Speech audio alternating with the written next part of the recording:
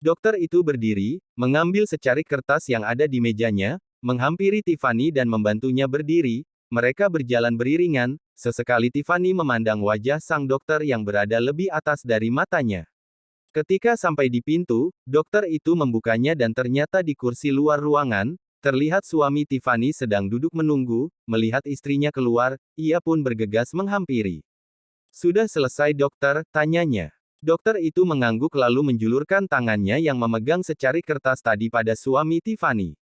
"Sudah, ini resepnya." "Baik, terima kasih dokter." Mereka pun pergi. Sang dokter itu menutup pintu dan termenung dengan menyandarkan tubuhnya pada pintu.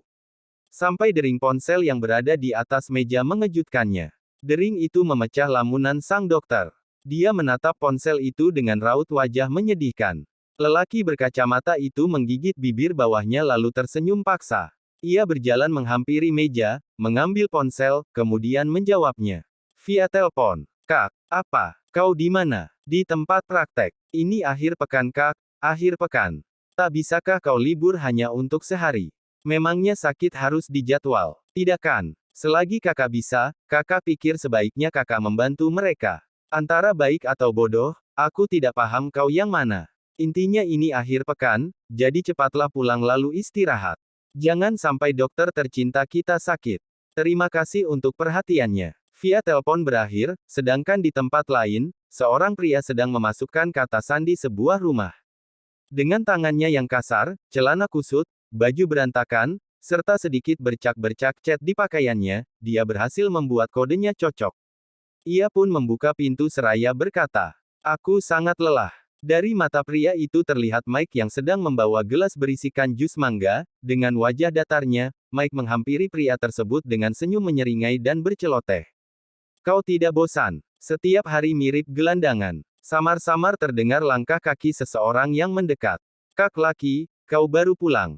Semalam kau tidur di mana?" ujar Nathan menghampiri keduanya. Laki, saudara tertua, pekerja bangunan, belum menikah apalagi memiliki anak, tetapi dia terkesan sangat penyayang dan peduli pada yang lain. Mungkin di rumah pacarnya, dia sudah terlalu tua untuk tetap menahan nafsu.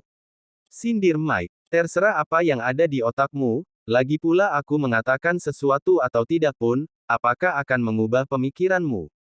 "Tentu saja tidak," jawab laki sambil berjalan. Nathan memperhatikan laki yang berjalan ke arah kamar mandi. "Memangnya kak laki punya, Nathan, kau harus menyiapkan makan malam." Potong Mike dengan senyum menyeringainya. "Kenapa kau selalu menyela perkataanku?" bentak Nathan. Mike hanya tersenyum jahil melihat kekesalan adiknya. Selang beberapa jam, di ruang makan, Lucky dan Mike sedang bermain ponsel menunggu makanan siap, sementara Nathan memasak di dapur. Nathan itu sangat kekanakan. "Dari mataku hanya ketika dia memasak dia terlihat sedikit dewasa," ucap Lucky melirik Mike yang sibuk bermain ponsel. "Benar juga, umurnya 21 tahun tapi tingkahnya seperti anak 11 tahun. Semuanya karena si orang gila itu yang terlalu memanjakannya," sahut Mike tanpa melepaskan pandangan dari ponselnya. Lirikan Lucky berubah jadi tatapan tajam mendengar kalimat tak mengenakan keluar dari mulut Mike. "Jangan panggil dia orang gila Mike, hanya pekerjaan dia yang mengurus orang sakit mental, bukan dia yang sakit mental." Mike memutar bola matanya malas. Ya apapun itu, intinya sikap dia terhadap Nathan terlalu berlebihan. Laki-laki itu memalingkan pandangannya dari Mike. Dia pasti punya alasannya sendiri. Mike menatap laki yang menurut Mike tingkahnya berubah. "Apa?" tanyanya. "Karena dia memang lebih suka padaku dibanding dirimu." Nathan menaruh piring hasil masakannya di meja makan setelah menyahut kalimat Mike. "Apakah kau belum menjawab pertanyaanku?" Mike mengintimidasi Lucky dengan tatapannya dan mengabaikan kehadiran Nathan. Sedangkan Lucky, dia sibuk melahap makanan yang Nathan bawa. "Wah ini enak." "Tentu saja," jawab Nathan dengan percaya diri. "Kalian mengacuhkanku. Kalian benar-benar mie." Kalimat Mike dihentikan dengan suapan nasi ke dalam mulutnya oleh Lucky. Ketika Lucky dan Nathan sedang asyik menertawakan Mike, seseorang membuka pintu rumah. "Slain, kau baru datang. Dari mana saja?" Pertanyaan bertubi-tubi dari Lucky hanya dibalas senyuman ramah oleh Slain. Slain, posisinya adalah anak kedua, seorang psikiater, kesibukannya adalah 24/7, terlalu menyayangi Nathan dan menjaga jarak dengan Mike. Dia berjalan menghampiri laki lalu memijat bahu kakaknya itu sambil bicara. Bisakah aku hanya menjawab, aku baik-baik saja. Pandangannya mendarat pada Nathan lalu Mike. Senyum manis itu membuat matanya berkerut. Tak lama dia berjalan perlahan menuju tangga, karena kamarnya terletak di lantai 2.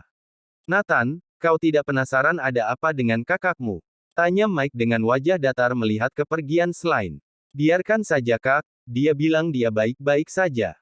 Itu sudah cukup untukku. Nathan benar Mike, lebih baik kita makan. Ajak laki. Tapi, dia sudah makan kan? Pertanyaan datang lagi dari si bungsu. Ayolah, dia bukan anak kecil lagi, tidak makan malam sekali tidak akan membuatnya mati. Canda Mike dengan kekehannya yang garing. Nathan menatap tajam Mike, membuat laki-laki itu menghentikan tawanya dan tertegun. Aku mengerti, tapi setidaknya kau harus menjaga perkataanmu, kau terlalu banyak bicara omong kosong. Padahal aku hanya bercanda, dia yang terlalu berlebihan. Mike membatin.